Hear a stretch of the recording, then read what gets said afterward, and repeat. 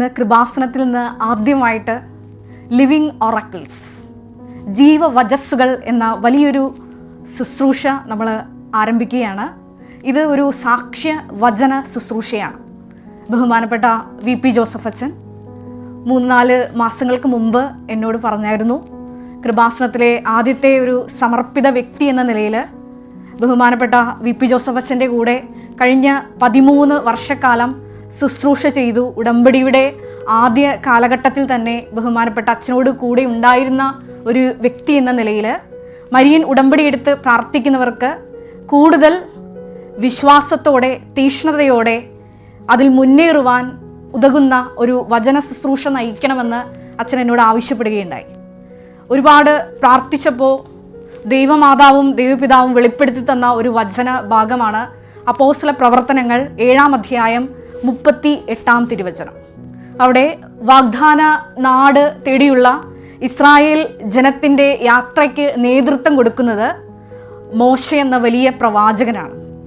അവിടെ തിരുവചനത്തിൽ നമ്മൾ വായിക്കുന്നുണ്ട്, ജനത്തിനു വേണ്ടി ജീവവചസ്സുകൾ സ്വീകരിച്ചത് മോശ എന്ന മഹാപ്രവാചകനാണ്. അപ്പോൾ ദൈവപിതാവ് വലിയൊരു വെളിപ്പെടുത്തൽ നൽകുകയായിരുന്നു. ശുശ്രൂഷയുടെ പേര് അതുതന്നെയാണ്, ലിവിങ് ഒറക്കിൾസ് അഥവാ ജീവവചസ്സുകൾ.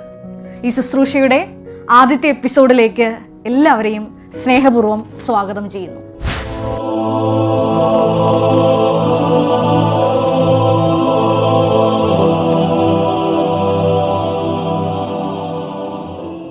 നമ്മളിന്ന് ഈ ഒരു സാക്ഷ്യ വചന ശുശ്രൂഷയിൽ വിശകലനത്തിനായി എടുക്കുന്നത് ആലപ്പുഴ മൗണ്ട് കാർമൽ കത്തീഡ്രൽ ഇടവാംഗമായ സുനിമോൾ വിൻസെന്റിന്റെ വലിയൊരു സാക്ഷ്യമാണ്. ഈ ഒരു സാക്ഷ്യം ഞാൻ തിരഞ്ഞെടുക്കാൻ ഒരുപാട് കാരണങ്ങളുണ്ട്. അത് തുടർന്ന് നിങ്ങൾക്ക് ഈ വചന സാക്ഷ്യ വിശകലന ശുശ്രൂഷയിലൂടെ നിങ്ങൾക്ക് ബോധ്യപ്പെടും. വിശുദ്ധ യോഹന്നാന്റെ സുവിശേഷം 6-ാം അധ്യായം 45-ാം തിരുവചനത്തിൽ നമ്മൾ ഇപ്രകാരം വായിക്കുന്നുണ്ട്, അവരെല്ലാവരും ദൈവത്താൽ പഠിപ്പിക്കപ്പെട്ടവരാകും. ഈ ഒരു സാക്ഷ്യത്തിന്റെ പ്രത്യേകത വലിയൊരു വിശ്വാസ വെളിച്ചം നമ്മളിലേക്ക് പകുത്തു തരുന്ന, അതിനേക്കാൾ അപ്പുറത്ത് ദൈവപിതാവ് തന്നെ നേരിട്ട് ഒരു മകളെ എങ്ങനെയാണ് ഒരു വ്യക്തി ആത്മീയ ജീവിതത്തിൽ മുന്നേറേണ്ടത്, സഹനങ്ങളിൽ നിൽക്കുമ്പോഴും എങ്ങനെയാണ് ദൈവമാതാവിൻ്റെ കരം പിടിച്ച് മരിയൻ ഉടമ്പടി എടുത്ത് മുന്നേറേണ്ടതെന്ന് നേരിട്ട് പഠിപ്പിച്ചു കൊടുക്കുന്ന വലിയൊരു സാക്ഷ്യമാണത്. സുനിമോൾ വിൻസെന്റിന്റെ സാക്ഷ്യം ഈ ശുശ്രൂഷയുടെ ഡിസ്ക്രിപ്ഷൻ ബോക്സിൽ ഞങ്ങൾ ആഡ് ചെയ്യുന്നുണ്ട്. നിങ്ങൾക്കത് പോയി വാച്ച് ചെയ്യാവുന്നതാണ്. സുനിമോൾ വിൻസെന്റിന്റെ സാക്ഷ്യം ഇപ്രകാരമാണ്. 2015 മുതൽ വലിയൊരു ഓട്ടോ ഇമ്മ്യൂൺ ഡിസോർഡറിലൂടെ കടന്നു പോകുന്ന ഒരു സർക്കാർ ഉദ്യോഗസ്ഥയാണ് സുനിമോൾ. കൃപാസനത്തിന്റെ മുമ്പിൽ കൂടി ഒരുപാട് നാളുകളായി യാത്ര ചെയ്യുമെങ്കിലും ഒരിക്കൽ പോലും കൃപാസനത്തിലോട്ട് കയറാൻ ആ അമ്മയ്ക്ക് തോന്നിയിട്ടില്ല. അതിന് പല കാരണങ്ങളുമുണ്ട്. ഒരു കാരണമായിട്ട് അമ്മ പറയുന്നത് ഇപ്രകാരമാണ്, അപ്പം ഞാൻ ഇതിലെ എല്ലാ ദിവസവും ഇതുവഴി കൊച്ചിയിൽ ജോലിക്ക് പോകുന്നുണ്ട്.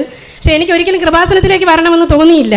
ഞാൻ നോക്കുമ്പോൾ ഒരുപാട് ആൾക്കാർ ഇവിടെ വരുന്നു, ഇവിടെ എനിക്ക് കയറി നിൽക്കാൻ പറ്റത്തില്ല. കാര്യം ഒന്ന്, എൻ്റെ കാലൊന്ന് ആക്സിഡൻ്റ് ആയി, കമ്പി ഇട്ടതാണ്. അപ്പം എടുത്തിട്ടുണ്ടെങ്കിലും എനിക്ക് കാലിന് വളയത്തില്ല, അപ്പം നിൽക്കാൻ പറ്റത്തില്ല എന്ന് പറഞ്ഞിട്ട് ഞാൻ കൃപാസനം ഇങ്ങോട്ട് നോക്കുമ്പോഴത്തേക്ക് എനിക്ക് കയറാൻ പറ്റാത്തൊരു സ്ഥലമായിട്ടാണ് ഞാൻ വിചാരിച്ചത്. പക്ഷേ ഒരിക്കൽ ദൈവപിതാവ് ഈ മകളെയും കൃപാസനത്തിലോട്ട് ആകർഷിച്ചു, വലിയ വിശ്വാസ ബോധ്യങ്ങൾ നൽകുന്നതിന് വേണ്ടി. അതിനെപ്പറ്റിയാണ് ഈ അമ്മ തുടർന്നുള്ള തൻ്റെ സാക്ഷ്യത്തിൽ പങ്കുവയ്ക്കുന്നത്.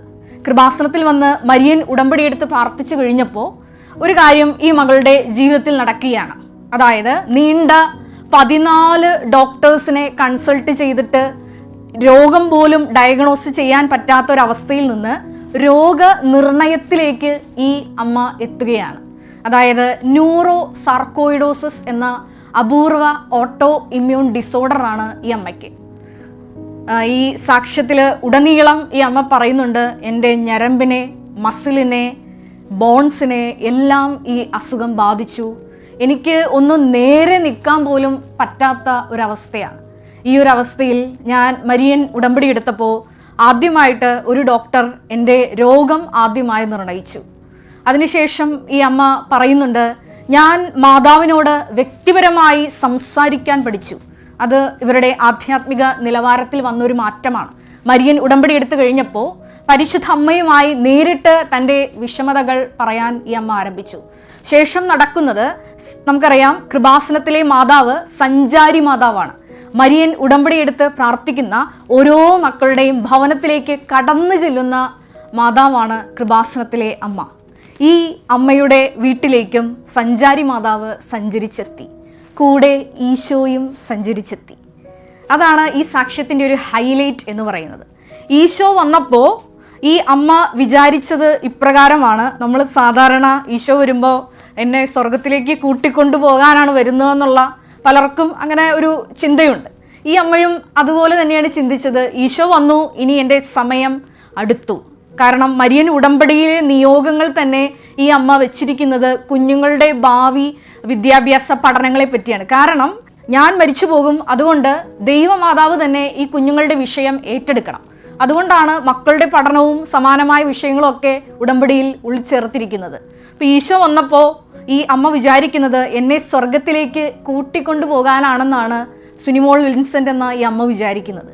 പക്ഷേ ഈശോ വന്ന് ഈ അമ്മയുടെ ബെഡിലിരിക്കുകയാണ്. അപ്പോൾ രണ്ടുപേരും വന്നു, ദൈവമാതാവും വന്നു, ഈശോയും വന്നു.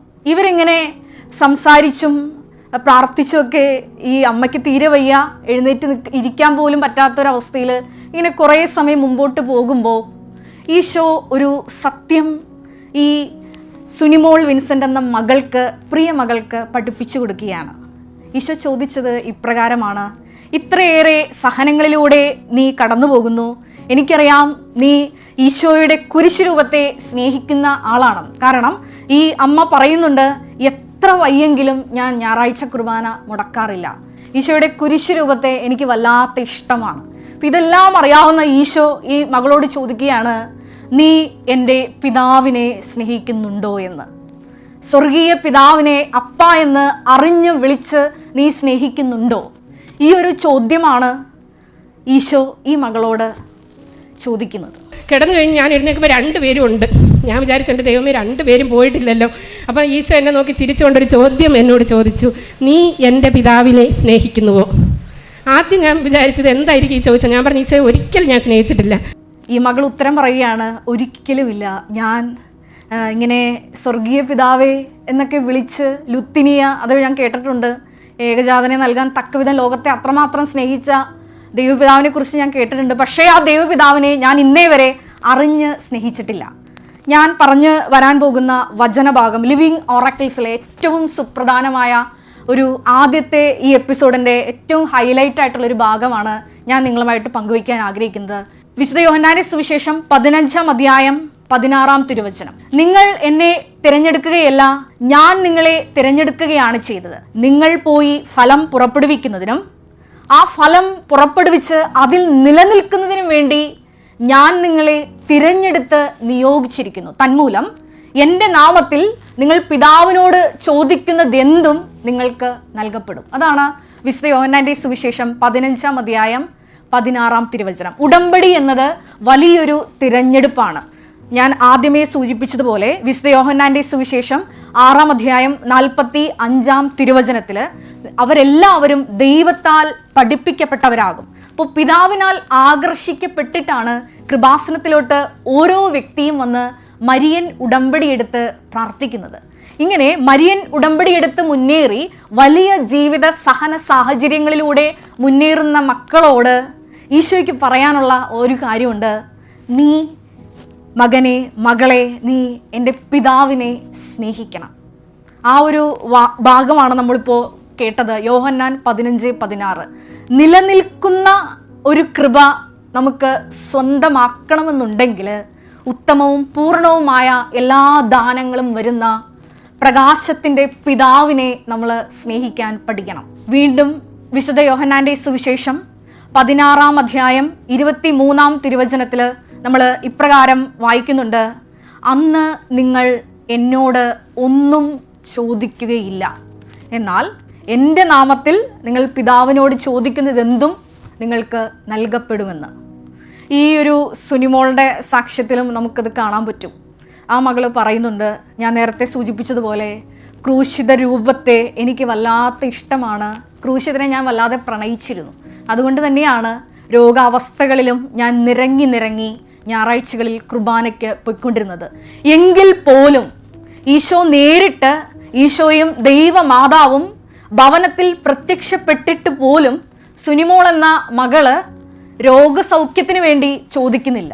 കാരണം ആ കൂടെ വസിപ്പിൻ്റെ ആ മാധുര്യം മനസ്സിലാക്കിയ, സഹനത്തിൻ്റെ വില മനസ്സിലാക്കിയ അമ്മ പറയുന്നുണ്ട്, എനിക്കറിയാം ദൈവപിതാവ് എപ്പോഴാണെങ്കിലും എൻ്റെ പ്രാർത്ഥന കേൾക്കും, ഈശോ അതിന് ഉത്തരം നൽകുമെന്ന് എനിക്കറിയാം. പക്ഷെ ഞാൻ ഒരിക്കലും ആ രോഗസൗഖ്യത്തിന് വേണ്ടി പ്രാർത്ഥിക്കത്തില്ല. പിന്നീട് സുനിമോൾ തന്നെ പറയുന്നുണ്ട്, ഞാൻ പറഞ്ഞു ഇപ്പോൾ എൻ്റെ രോഗമൊന്നും മാറ്റണ്ട, എനിക്കറിയാം ഇത് ഒരു കൃപയുടെ സമയമാണെന്ന്, അതുകൊണ്ട് ഒരു ഓഗസ്റ്റിലെങ്കിലും എൻ്റെ രോഗം മാറ്റിത്തന്നാൽ മതിയെന്ന് സുനിമോൾ വിൻസെൻ്റ് പറയുന്നുണ്ട്. തുടർന്ന് നമ്മൾ ഈ സാക്ഷ്യത്തിൽ കേൾക്കുന്നുണ്ട്, ഏപ്രിൽ മാസം ആയപ്പോൾ ഈ സഹോദരി സർക്കാർ ഉദ്യോഗസ്ഥയ്ക്ക് ഒരു ട്രാൻസ്ഫർ കിട്ടി. ഇപ്പോൾ ഒത്തിരിയേറെ ഫയലുകളും മറ്റും എടുക്കേണ്ട ഒരു അവസ്ഥ വന്നപ്പോൾ ഒട്ടും വയ്യാതെയായി. അപ്പോൾ അവൾ ചോദിക്കും, എനിക്ക് ഒന്ന് കൈ പൊക്കാൻ ഒന്ന് അനുവദിച്ചു തരണമേ. ഉടനടി ദൈവപിതാവ് അതിന് ഉത്തരം കൊടുക്കും, കൈ ഉയർത്താൻ പറ്റും. അപ്പോൾ ഈ ഒരു സാക്ഷ്യത്തിലൂടെ ഞാൻ നിങ്ങളോട് പറയാൻ ആഗ്രഹിക്കുന്നത് ഒന്ന് മാത്രമാണ്, മരിയൻ ഉടമ്പടിയെടുത്ത് അതിൻ്റെ കൃപയിൽ നിത്യതയോളം നിലനിൽക്കാൻ ആഗ്രഹിക്കുന്ന വ്യക്തികൾ ആദ്യം തന്നെ ഈ ആലയത്തിലേക്ക് കാല് കുത്തുമ്പോൾ തന്നെ തീരുമാനമെടുക്കണം. ഞാൻ ദൈവകൃപയിൽ മരിയൻ ഉടമ്പടി പുതുക്കാൻ ഈ ഒരു ആലയത്തിലോട്ട് കടന്നു വരാൻ എനിക്ക് സാധിച്ചില്ലെങ്കിൽ പോലും ഈ ഒരു ഉടമ്പടി ചൈതന്യത്തിൽ ഞാൻ മരണം വരെ, അന്ത്യം വരെ നിലനിൽക്കും. ഇവിടെയാണ് ഉടമ്പടിയുടെ ഉടനടി അനുഭവങ്ങളും കൂടെ വസിപ്പ്, അതായത് സ്വർഗത്തിലുള്ള ഈശോയും ദൈവമാതാവും ദൈവപിതാവിനെ നേരിട്ട് വെളിപ്പെടുത്തി കൊടുത്ത ഒരു മകളുടെ സാക്ഷ്യത്തിലൂടെ ഞാൻ പറയാൻ ആഗ്രഹിക്കുന്നത് ഇപ്രകാരമാണ്. ഇവിടെയാണ് നമ്മുടെ ഈ കൂടെ വസിപ്പിൻ്റെ മാധുര്യം നമ്മൾ മനസ്സിലാക്കി മരിയൻ ഉടമ്പടിയുടെ സാന്നിധ്യത്തിൻ്റെ വലിയ അവബോധത്തിലേക്ക് നമുക്ക് വളരാൻ സാധിക്കുന്നത്. അതിന് ഈ ഒരു എപ്പിസോഡ് സഹായിക്കട്ടെ എന്ന് പ്രാർത്ഥിക്കുന്നു. എല്ലാവരെയും ദൈവം അനുഗ്രഹിക്കട്ടെ. Ave Maria.